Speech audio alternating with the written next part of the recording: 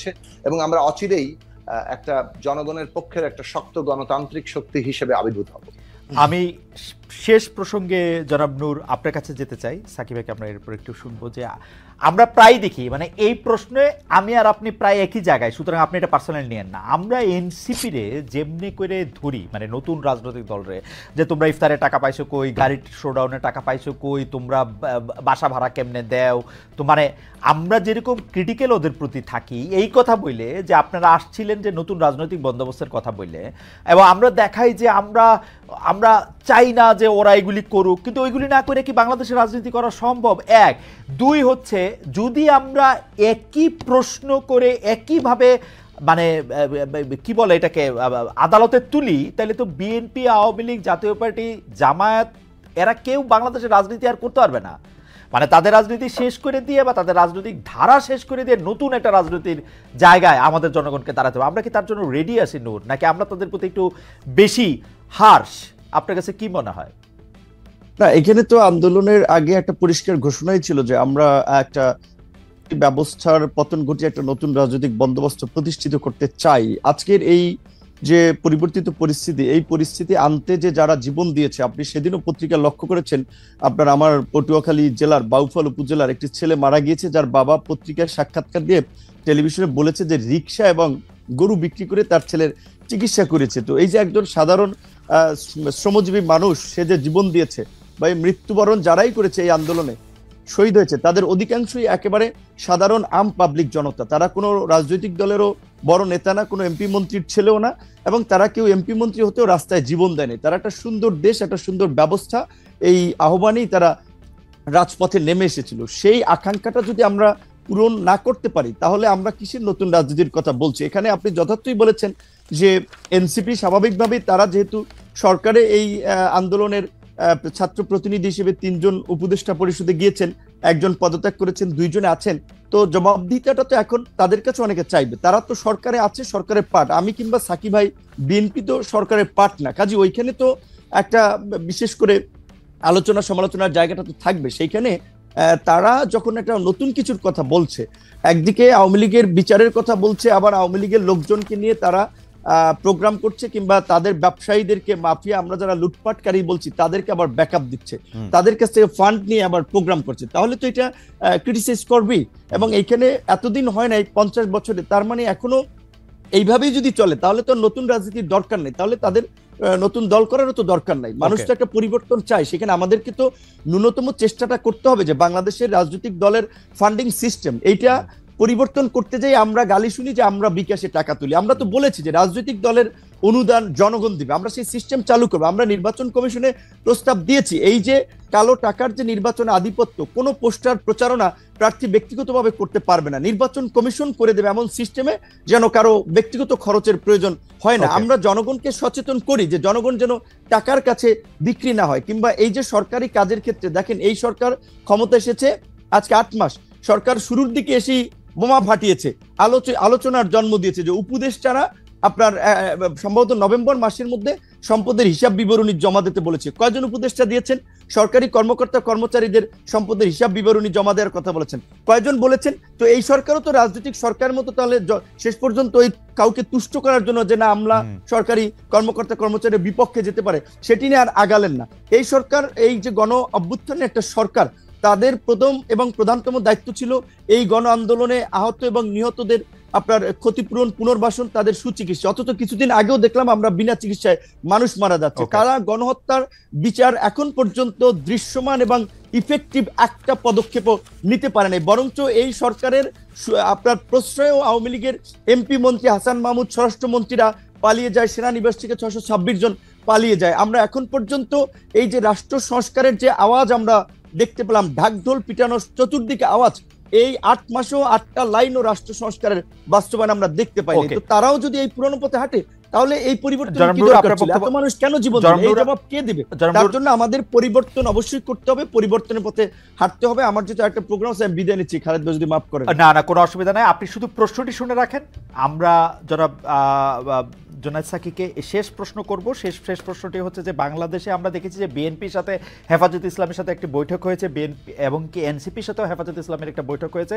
বাংলাদেশের রাজনীতিতে জামায়াত এবং হেফাজতে ইসলাম এবং ইসলামিক দলগুলোর ভূমিকা কি থাকবে সেটা নিয়ে আমরা শেষ প্রশ্নটা করব। আপনি চাইলে থাকতে পারেন, মন্তব্য শুনতে পারেন, অথবা আপনাকে আমি একটু 30 সেকেন্ড বলতে পারি এই বিষয়ে। এটা তো একদম যদি 30 সেকেন্ড বলেন তাহলে 30 সেকেন্ডে জাস্ট এইটুকু বলবো, বাংলাদেশে প্রায় 90% মানুষ ইসলামী মূল্যবোধে বিশ্বাসী। এখানে সাকিব ভাই ইসলামী সেন্টিমেন্টের বাইরে বিপরীত রাজনীতি করে না, আমিও করি না, আমরা করব না। আমরা একটা লিবারেল পলিটিক্স করি আমাদের দলগুলো, কিন্তু এখানে ইসলামিক রাজনীতির নামে বিশেষ করে দেশি বিদেশি গোয়েন্দা সংস্থা বিভিন্ন ফান্ডিং এ একটা উগ্রপন্থা তৈরি করে রাজনীতির মাঠে দেখানোর চেষ্টা করা হচ্ছে, যেটা আমাদের সবাইকে ক্ষতি করবে। এই বিষয়ে যেন আমরা সচেতন থাকি, সতর্ক থাকি, এইটাই আমার আহ্বান।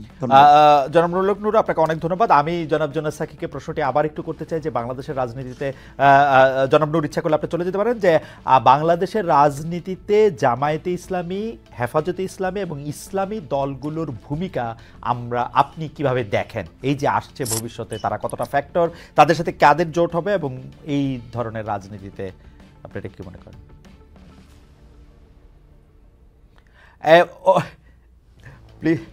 Please mute his mic.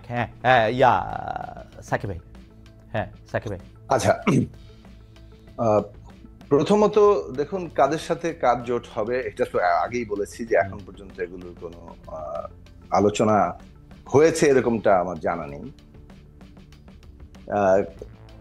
কিন্তু আমি যে প্রশ্নে আপনি বলেছেন জামাত ইসলামী সহ, আমরা এটা একটা দীর্ঘদিন ধরে আমাদের অবস্থানটা আপনি জানেন যে 1971 সালে রাজনৈতিক যে অবস্থান জামাত ইসলামী সহ 4টি দল নিয়েছিল, তাদের ব্যাপারে আমরা একটা আমাদের বক্তব্য সবসময় দিয়েছি যে 1971 সালে বাংলাদেশের যে উত্থান, তার জন্য যে মুক্তি সংগ্রাম, সশস্ত্র সংগ্রাম হয়েছে, এই 4টি রাজনৈতিক দল রাজনৈতিকভাবে কেবল পাকিস্তানের পক্ষ নেয়নি, পাকিস্তানি সেনাবাহিনীর অনেক ক্ষেত্রে তারা সহযোগী হয়েছে নিজেদের নানান রকম সংগঠন তৈরি করে।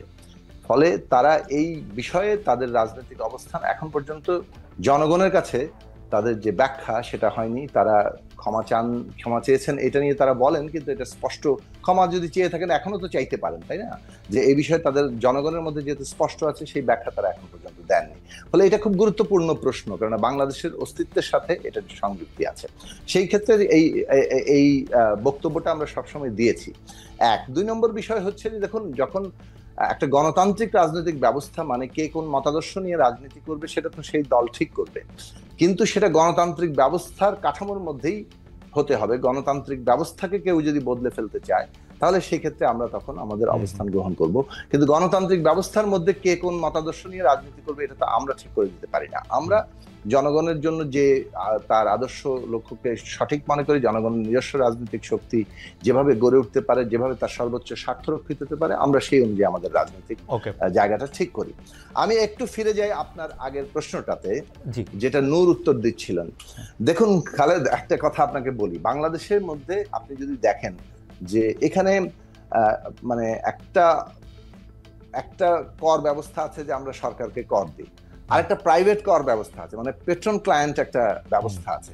এখানে নানান কার্যক্রমের জন্য লোকজন নানাভাবে থাকে, হকার থেকে শুরু করে বিভিন্ন কাজে, এবং তারা সাধারণত ক্ষমতায় যারা থাকে এবং তার সাথে আইন শৃঙ্খলা বাহিনী সহ যে ক্ষমতার কাঠামোটা তৈরি হয়, ওখানে তারা নানানভাবে মানে ট্যাক্স দেয়, রেন্ট দেয়, যাকে বলে বখরা দেয়।